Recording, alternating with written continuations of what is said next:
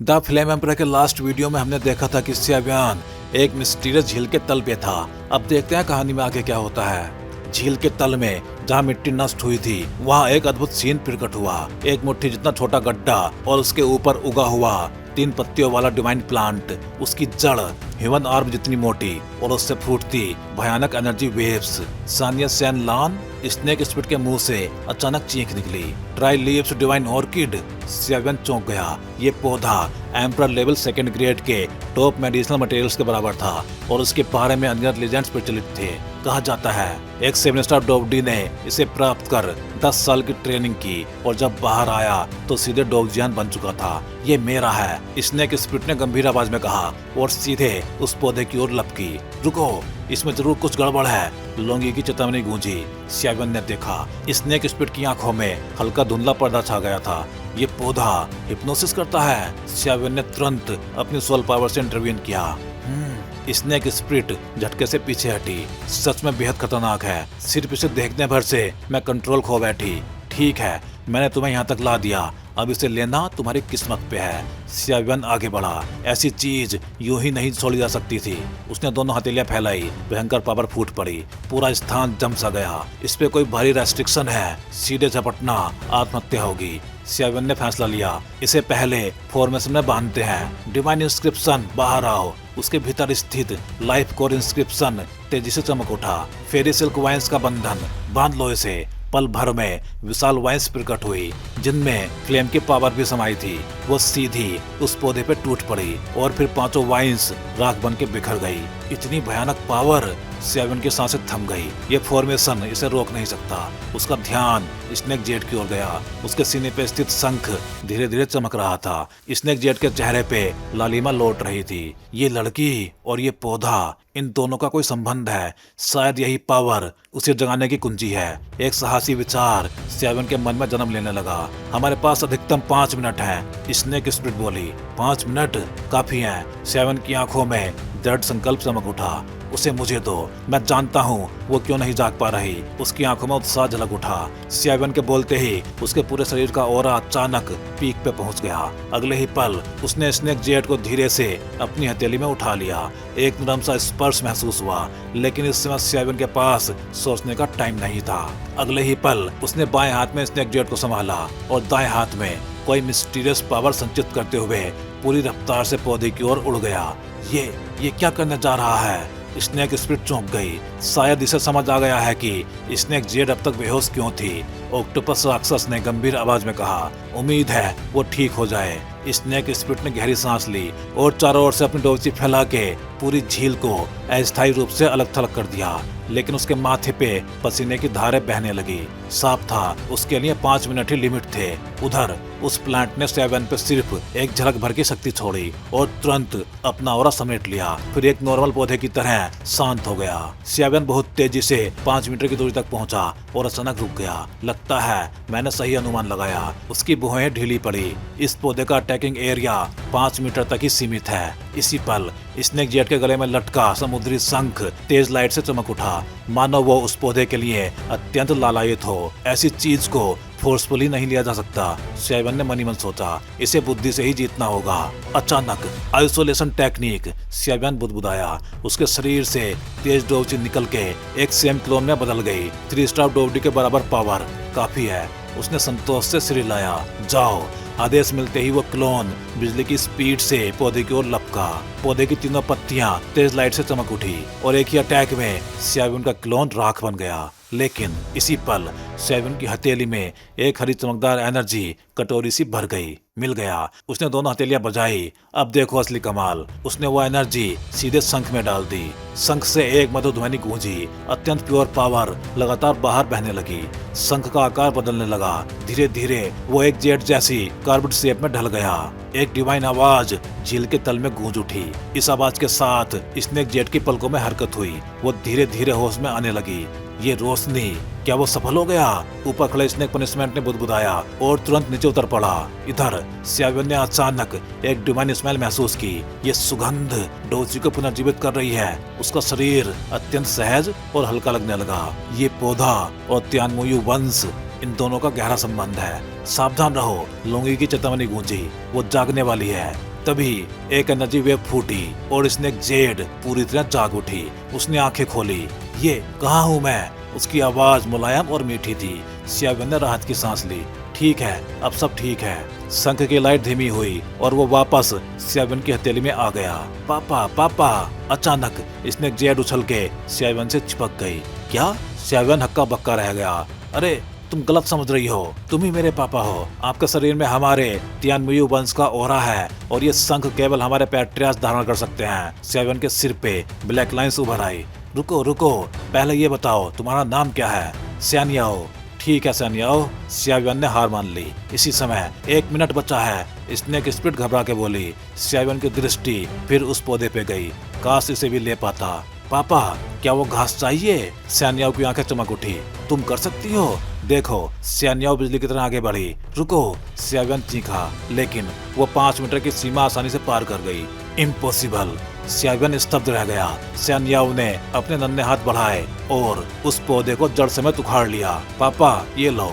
उसने पौधा सियावियन को थमा दिया, लेकिन जैसे ही सियावियन ने पकड़ा, एक तीव्र विरोधी पावर उसके शरीर में दौड़ गई। ये मुझे अस्वीकार कर रहा है। एक आवाज उसके मन में गूंजी। तुम मेरे भाग्य के व्यक्ति नहीं हो, मुझे किसी और को सौंपो। सियावियन अवाक रह गया। चलो कोई बात नहीं। उसने गहरी सांस ली।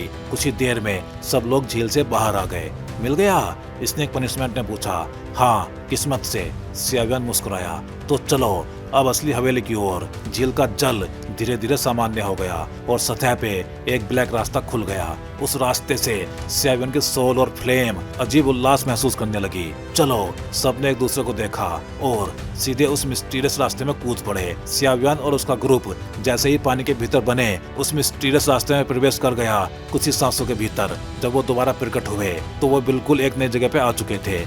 ये कौन सी जगह है? पेवेलियन और रास्ते से निकलते ही सभी लोग चौकन्ने हो गए।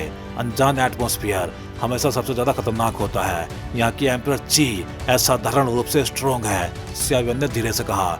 अगर कोई यहाँ ट्रेनिंग करे तो आधे प्रयास में दुगना परिणाम मिलेगा। हवेली कहाँ है? सियावियन ने पूछा।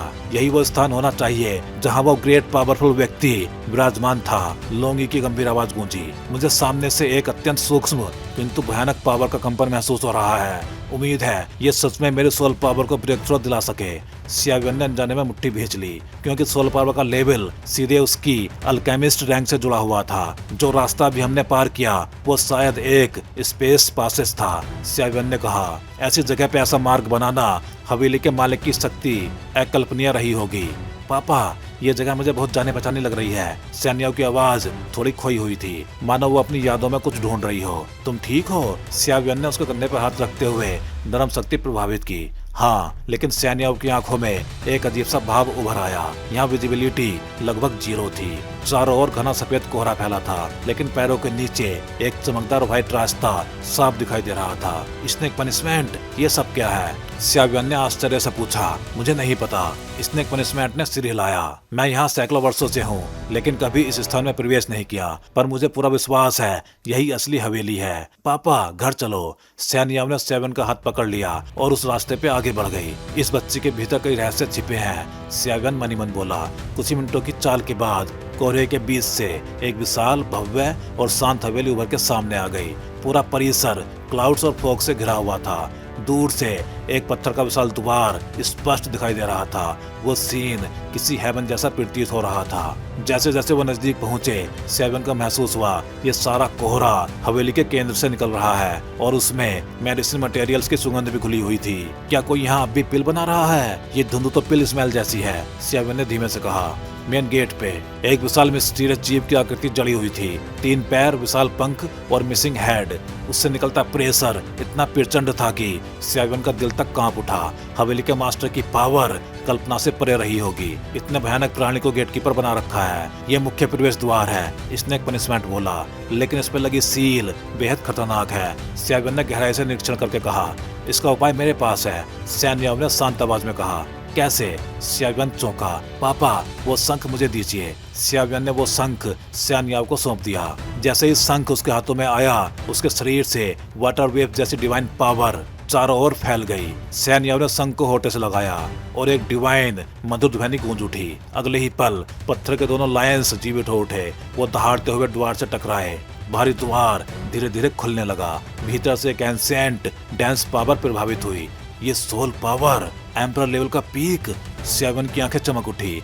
यदि यहाँ ट्रेनिंग की जाए तो सेकंड ग्रेड एम्परर अल्केमिस्ट बनना निश्चित है। लेकिन तभी स्नेक स्पिरिट का शरीर अचानक प्रकाश में बदल के द्वार के भीतर खिंच गया। सावधान, सेवन झपटा, लेकिन देर हो चुकी थी। चिंता मत करो पापा, सैन्याओ बोली। वो इस स्थान की अपनी पावर में समा गई है। द्वार पूरा खुल चुका था। भीतर एक विशाल स्टोन प्लेटफॉर्म, बीच में गोल मेज जिसपे धुंधली दारू का एक पात्र, बाईं ओर पिल रूम, दाईं ओर स्टडी रूम। पहले स्टडी रूम चलते हैं, सैन्याओ ने कहा। वो भीतर बढ़े। स्टडी रूम के द्वार पे कुछ लिखा था, ड्रैगन और Phoenix dance.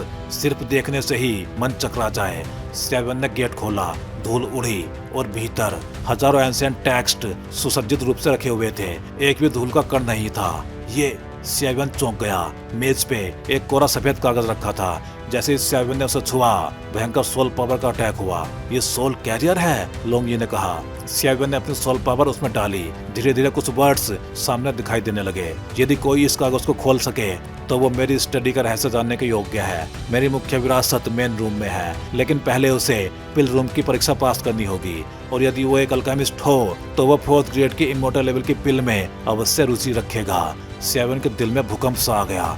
4th grade immortal level की पिल, एम्परर और इमोर्टल लेवल, जमीन और आकाश का अंतर। उसकी आंखें तेजी से जल उठी। ये हवेली वास्तव में मेरी नियति बदल सकती है। सफेद कागज पर लिखे शब्द पढ़ने के बाद सेवन की आंखों में तेज चमक आई। लेकिन अगले ही पल जब वो दोबारा उस सफेद कागज की ओर देखने लगा तो उस पर लिखी हुई सारी चीजें धीरे धीरे गायब हो गई। मानो वो कागज फिर से अपनी शांति की अवस्था में लौट आया हो। लगता है महान व्यक्ति अभी भी कई रहस्य छुपाए हुए हैं, सेवन ने धीमे से कहा। इसके बाद उसने वहां और रुकना उचित नहीं समझा। इधर उधर नजर दौड़ाई तो सैन्याओ पहले ही कई किताबें पलट चुकी थी और स्नेक जिंग भी धैर्यपूर्वक पुस्तकों को पढ़ रहा था। कुछ मिला?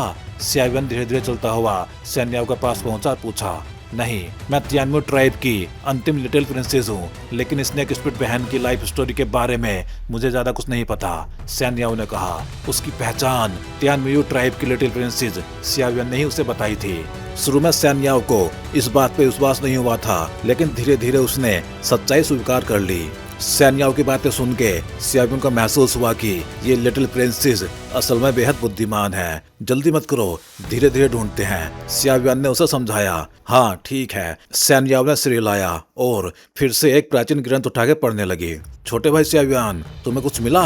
स्नेक जिंग मुस्कुराते हुए पास आया, क्योंकि उसने देखा था कि सियावियन राइटिंग टेबल तक गया था। कुछ नहीं मिला, सियावियन ने सिर हिला दिया। चलो छोड़ो, सैन्याओ बोली। हालांकि कोई ठोस सुराग नहीं मिला, लेकिन स्नेक स्पिरिट बहन की लाइफ स्टोरी जरूर इस हवेली से जुड़ी है, मुझे ऐसा महसूस होता है। चलो, सियावियन ने कहा और पीछे रखे उस शांत पड़े सफेद कागज पे एक नजर डाल ली। सभी लोग स्टडी रूम से निकल के फिर से पत्थर की मेज के पास आ गए। पहले मेन रूम जाएं या फिर पिल रूम? स्नेक जिंग ने राय पूछी। पहले पिल रूम, सियावियन और सैन्याओ दोनों ने एक साथ कहा। स्नेक जिंग थोड़ा चौंक गया। पापा, हमारी समझ कितनी अच्छी है, सैन्याओ मुस्कुराई। सैन्याओ, मुझे पापा मत बुलाया करो, अजीब लगता है, सियावियन ने एहसास होकर कहा, क्योंकि हर बार यह सुन के उसे डोबची कॉन्टिनेंट में मौजूद अपनी बेटी जियाओ की याद आ जाती थी। तो फिर क्या बुलाऊं? सैन्याओ ने नाखुशी से पूछा। मुझे सियावियन बुलाओ तो मैं आपको ब्रदर सियावियन कहूंगी। आखिरकार अगर आपने हमारे ट्राइब का टोकन न लाया होता तो शायद मैं अभी सोई रहती, जैसा तुम्हें ठीक लगे, सियावियन मुस्कुराया। क्या इस स्टडी रूम में कुछ मिला? सियावियन ने फिर पूछा। नहीं, लेकिन मुझे हमेशा लगता है कि जब मेरे पिता ने मुझे और स्नेक स्पिरिट बहन को झील की गहराइयों में छोड़ा था तो उनका उद्देश्य था कि सैन्य जान लैन, मतलब वो पौधा, और 3 हेडेड वाटर स्नेक स्पिरिट का ब्लड हमारे शरीर को पोषित करता रहे। लेकिन कौन जानता था कि बड़े भाई सैन जिंग अचानक घुस आएंगे और न केवल 3 वाटर स्नेक का ब्लड ले जाएंगे बल्कि हमें भी अपने साथ ले जाएंगे। लेकिन फिर भी मुझे बड़े भाई स्नेक जिंग का धन्यवाद करना चाहिए। सैन्याओ ने आभार भरी दृष्टि से सैन जिंग को देखा। ये सुनकर सैन जिंग थोड़ा शर्मिंदा हो गया। उस समय मेरी यादें बहुत धुंधली थी, सैन्याओ बोली। मुझे बस इतना याद है कि मैं कभी इस हवेली में आई थी और मुझे यहाँ स्नेक स्पिरिट बहन लाई थी। क्या? सियावियन ये सुनकर चौंक गया।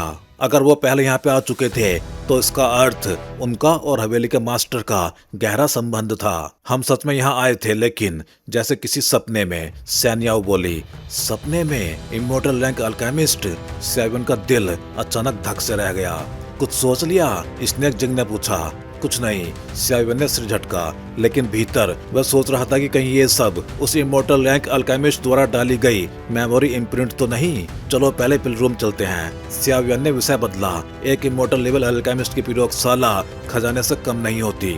मुझे याद है वहाँ कुछ अजीब चीज थी, सैन याओ ने होठ काटते हुए कहा, पर लगता है वहाँ से कुछ बाहर निकल आया था। क्या? सियावियन चौंका। नहीं जानती, लेकिन वो बहुत ज्यादा पावरफुल था, कम से कम बड़े भाई स्नेक जिंग जितना। सावधान! सियावियन की सोल पावर तुरंत फैल गई। 8 स्टार डोवडी के बराबर पावरफुल। एक झटका ही सियावियन को गंभीर रूप से घायल कर सकता था। चिंता मत करो, मैं हूँ, सैन जिंग ने आगे बढ़ते हुए कहा। वो पिल रूम के द्वार तक पहुँचे।